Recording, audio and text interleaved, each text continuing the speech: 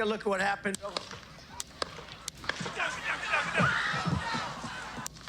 A shocking scene this evening in Pennsylvania as loud noises rang out at former President Donald Trump's rally only moments after he began speaking. Screams followed as Secret Service members rushed him off the stage with blood on his right ear. He held up a fist as he was rushed to a motorcade. The Secret Service says the former president is safe. Law enforcement officials say the shooter was outside Trump rally and was killed by U.S. Secret Service. According to the Butler County District Attorney, a rally attendee was also killed. The identity of the shooter has not been announced. Law enforcement officials say it's being actively investigated as an attempted assassination.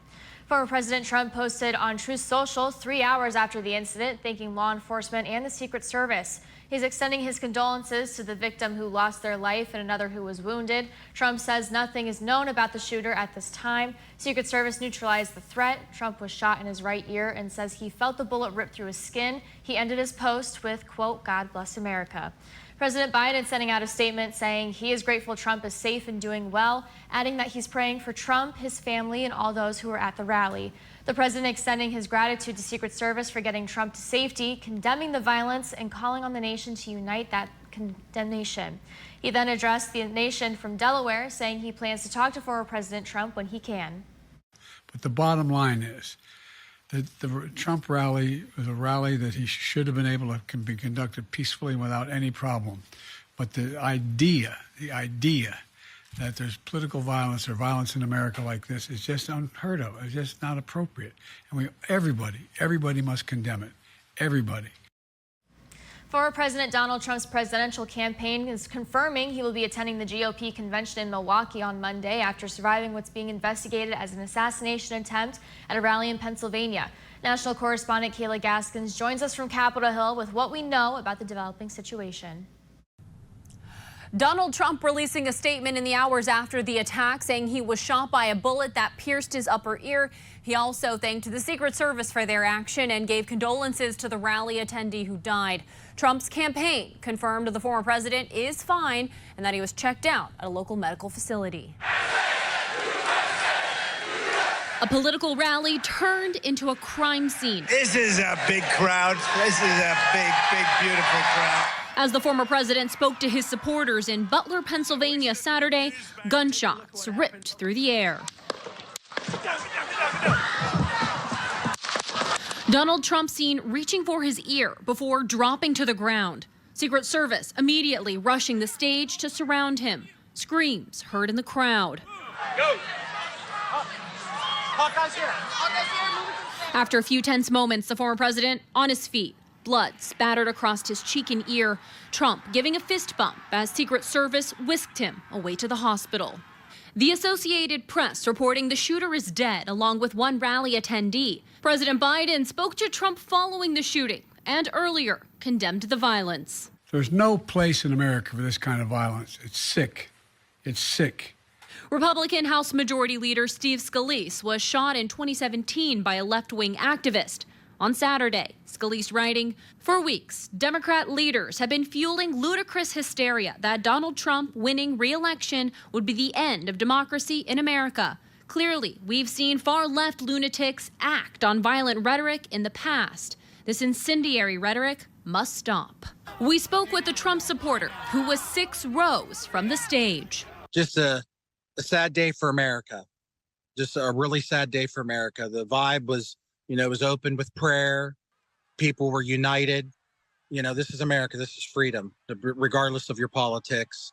This rally was supposed to be a celebratory moment for Trump heading into the GOP convention in Milwaukee that starts Monday. The convention will no doubt have a very different feel with tighter security now on tap in the wake of Saturday's shooting. In Washington, I'm Kayla Gaskins. And we had a chance to speak with U.S. representatives from Michigan, Jack Bergman and Bill Huizenga, tonight about the incident. Our prayers are with President Trump and the family and all of those who were in the crowd, because there will be some trauma for those who didn't experience any injury, but the trauma of being there. And again, I want everybody to know that we as the United States of America are better than what we saw today. Obviously, it's unacceptable. Political violence is unacceptable, no matter who it is against. We solve our problems at the ballot box, not through violence. And that is got to be clear to all sides. And Governor Gretchen Whitmer giving her reaction tonight, posting on X, quote, "There is no place for political violence in this country, period. This is not how we solve our differences. I am horrified to learn of this news, and we will be following the situation closely. I am grateful for those in law enforcement who stepped in immediately." And in local news tonight, a Good Samaritan helped save a kayaker in distress on Long Lake this morning. Frankfort Fire and Rescue says the call came in around 10 a.m. of a kayaker that had fallen out of the boat and was unable to get back in. While crews were on the way, someone saw the person in distress, launched their own boat, and was able to rescue them from the water. Among many school bond renewals up for approval on August 6th, Mackinac City's isn't a renewal at all. It's the first go at a major bond in 40 years. UpNorthLive's Daniel Zivian spoke with the superintendent about the district's big plans. This building here was dedicated in 1958, just after the completion of the Mackinac Bridge. It had its last additions in 1984, and since that time, Mackinac City Public Schools hasn't had a bond. That may change in August. If approved, the bond would fund additions to the back of the building. 4 new classrooms, 2 bathrooms, and room to expand its free preschool offering. On top of that, a new gymnasium and HVAC upgrades. This wasn't our first option. We started with an initial building project that was much larger than this. The price tag for that turned out to be much larger than we were comfortable going to the community for. Also, the school board will be putting in $100,000 a year towards the project, which will be a grand total of over $2 million that they are putting towards the project that will reduce the impact on the local taxpayer. Kurth says Tuesday, July 16th, there will be an open house at the school where he will present the plan he says will benefit not only the students, but the community at large. In Mackinac City, Daniel Zivian, UpNorthLive News. Harbor Springs is kicking off their celebration of music, culture, art, and community at their festival this weekend. The 42nd annual Bliss Fest Music Festival is underway as hundreds of attendees camped outside the gate the night before to select their campsites. It is their celebration of music, culture, art, and community. The gates opened at 9 o'clock Friday morning and open along with opening ceremonies later that afternoon.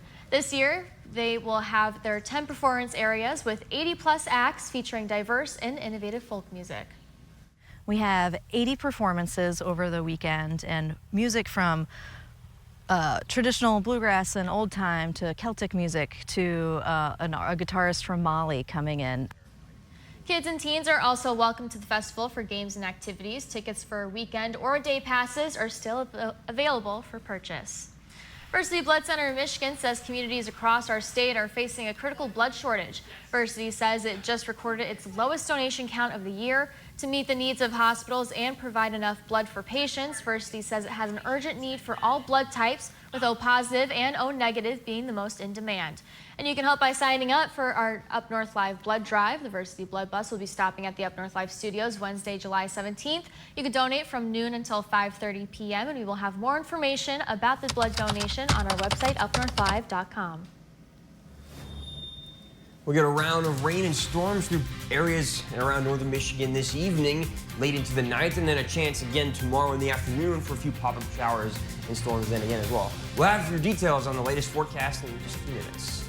I'm Jada Johnson from Big Boys TV, and the Fish and Game Report is sponsored by Johnson's Propane.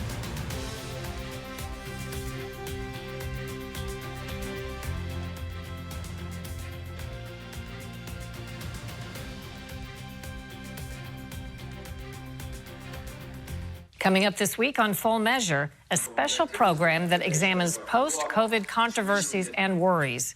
New concerning government estimates say that nearly 1 in 4 American adults who've had COVID are suffering a diverse range of illnesses due to the spike protein in the virus and made by the vaccine. We'll speak with 2 doctors on the cutting edge of treating thousands of patients to find the latest about what they're learning and what you should know. We're also looking into disturbing reports of mysterious blood clots that are appearing in cadavers around the world. Are they true? We examine the evidence and tell you what we learned. And we'll speak with one of the world's most published critical care physicians who left his establishment medicine job at a hospital ER. He says that was because he was banned from giving COVID patients treatments he'd used with success. Wait until you hear what he's doing now. All this week on Full Measure. Former President Donald Trump is safe this evening after he was injured Saturday in what authorities are calling an assassination attempt. At least one audience member was killed and 2 others injured. It happened at a campaign rally in Butler, Pennsylvania, where Michael Yoshida reports on the latest. Here in Butler, Pennsylvania, we're learning new information about the shooter involved in the assassination attempt on former President Donald Trump. Law enforcement officials saying the shooter had explosive materials inside his car and at his residence. Behind me, you can see still a heavy police presence as state and federal investigators try to figure out a motive for this shooting. Chaos erupting at a campaign rally for former President Donald Trump Saturday evening in Butler, Pennsylvania. Gunshots heard ringing out, the former president dropping to the ground. Moments later, video shows Secret Service agents swarming and lifting up Trump, his face bloodied. Trump then pumping his fist and shouting "fight" to the crowd to show he's okay as he's rushed away. The FBI calling the incident an assassination attempt against our former president, Donald Trump. The Secret Service killing the suspected shooter, who the FBI has identified as 20-year-old Thomas Matthew Crooks. Crooks, seen in this video, graduated from Bethel Park High School in Pennsylvania in 2022. Law enforcement officials say the gun used in the shooting, an AR-style weapon, was traced to his father. Law enforcement says the shooter was positioned on a building rooftop just outside the rally. Eyewitnesses describing a bloody and chaotic scene. Initially, people were, screaming, very upset, people crying, ducking. A lot of ducking. Some Secret Service came over, told everybody to get down. All we know was shots were fired, and then I jumped over the barrier and put my hand on the guy's head that was refusing to breathe. A Secret Service spokesperson saying this is an active investigation. President Joe Biden did speak with Trump after the shooting, saying he's grateful he's safe and denounced the violence in Saturday night remarks. There's no place in America for this kind of violence. It's sick. And we are learning more about that call between Joe Biden and Donald Trump. A source briefed on the call saying it was short, good, and respectful, and actually the first time in several years that the two had interacted directly. As for former President Donald Trump, he released a statement today thanking everyone for their thoughts and prayers and saying he's looking forward to speaking to the nation in Wisconsin when he goes to the RNC. Reporting in Butler, Pennsylvania, I'm Michael Yoshida. The incident just days ahead of the Republican National Convention in Milwaukee, where the 45th president will formally accept the Republican Party's nomination for president. Trump, in a Truth Social statement, saying partially, quote, "We will fear not," and added, "Our love goes out to the other victims and their families." President Biden is calling for unity in the wake of Saturday's assassination attempt on Trump. The president delivered remarks at the White House today, flanked by Vice President Kamala Harris, Attorney General Merrick Garland, and Homeland Security Secretary Alejandro Mayorkas. The president's remarks coming ahead of an Oval Office address this evening, promising to share more information with America. In brief remarks from the Roosevelt Room, the president once again condemning the violence, describing his conversation with Donald Trump, and extending his condolences to the family of the man who was killed. Good afternoon. Last night, I spoke with Donald Trump. I'm sincerely grateful that he's doing well and recovering, and we had a short but good conversation. Jill and I are keeping him and his family in our prayers. We also extend our deepest condolences to the family of the victim who was killed. He was a father. He was protecting his family from the bullets that were being fired, and he lost his life. God love him. President Biden will no longer travel to Texas for a Monday visit. He had previously planned to commemorate the 60th anniversary of the Civil Rights Act during a visit to the LBJ Presidential Library in Austin. And we had a chance to speak to U.S. Congressmen Jack Bergman and Bill Huizenga last night, shortly after the incident happened. Our prayers are with President Trump and the family and all of those who were in the crowd, because there will be some trauma for those who didn't experience any injury, but the trauma of being there. And again, I want everybody to know that we, as the United States of America, are better than what we saw today. Obviously, it's unacceptable. Political violence is unacceptable, no matter who it is against. We solve our problems at the ballot box, not through violence. And that is got to be clear to all sides. The Trump rally goer who was shot and killed Saturday died protecting his family. Corey Comparentor dove on top of his wife and daughters as shots rang out. He was a firefighter who went to church every Sunday and loved the former president. Pennsylvania's governor has ordered flags to be flown at half-staff in his memory. Comparentor family remains in our thoughts and prayers. They have some very challenging times ahead of them. They will have an empty seat at the dinner table for the rest of their lives. But we need to make sure that Corey's memory is forever a blessing. And here in Pennsylvania, we will see to it that that is the case. Governor Shapiro is also urging prayers for 2 additional victims who are in critical condition. He says he's grateful that former President Trump is safe. He says political violence is unacceptable, and he's calling on all Americans to cool hateful political rhetoric. The head of the Wisconsin Republican Party says this week's national convention will go ahead as planned. In a press conference Sunday, Brian Schimming shared his condolences for the victims in the attempted assassination of former President Trump, and he made it clear that he doesn't expect the former president to scale back his participation in the convention in the wake of Saturday's shooting. I'm not concerned about the security. In fact, we have been working for months with the Secret Service, the city, the county, of course, dozens of law enforcement agencies all over Milwaukee. I feel very, very confident in the security situation here in Milwaukee. I have passed that on to my delegation and to delegations and other state chairs. And heightened security can be seen around the venue for the Republican National Convention, which is expecting tens of thousands of people. With helicopters above and tall fences being set in place, security is top of mind as people arrive to support the Republican Party. Many are still trying to wrap their minds around the terrifying incident, expressing shock and disgust, while others say that the failed assassination attempt will produce an outpouring of affection for Trump that will electrify the convention this week. We are taking you live to Milwaukee. The city is on high alert as Republican National Convention kicks off today. The Secret Service says there will be no major changes to their already strict security plan following the attempted assassination of former President Trump. Atra El-Nashar reports. The Republican National Convention carrying on after an attempt on former President Trump's life. Trump flying from his Bedminster, New Jersey golf club to Milwaukee Sunday afternoon. I think people are excited about it. I hope it's going to help a bigger turnout for the Republicans, hopefully. After Saturday's events, the RNC security perimeter will not be expanded, and civilians will still be allowed to carry firearms outside the perimeter. Our state law allows for the particular right to carry a firearm. We as a city cannot legislate out of that. Downtown Milwaukee blanketed with law enforcement, especially surrounding Pfizer Forum, where delegates will gather, and the Pfister Hotel, where Trump is staying. But this time feels far from routine. From volunteers to sitting members of Congress, here in Milwaukee, it seems all anyone is talking about is the shock of an assassination attempt on the man they're about to formally nominate as their presidential candidate. I'm literally beyond words at what has happened there. I got a phone call from my brother, and I couldn't believe it. And he said, no, it really happened. President Biden ordering an independent review of what happened at the Pennsylvania rally and how, and for the findings to be made public. And I've directed the head of the Secret Service to review all security measures for the Republican National Convention. An estimated 50,000 delegates, media, law enforcement, and visitors are expected.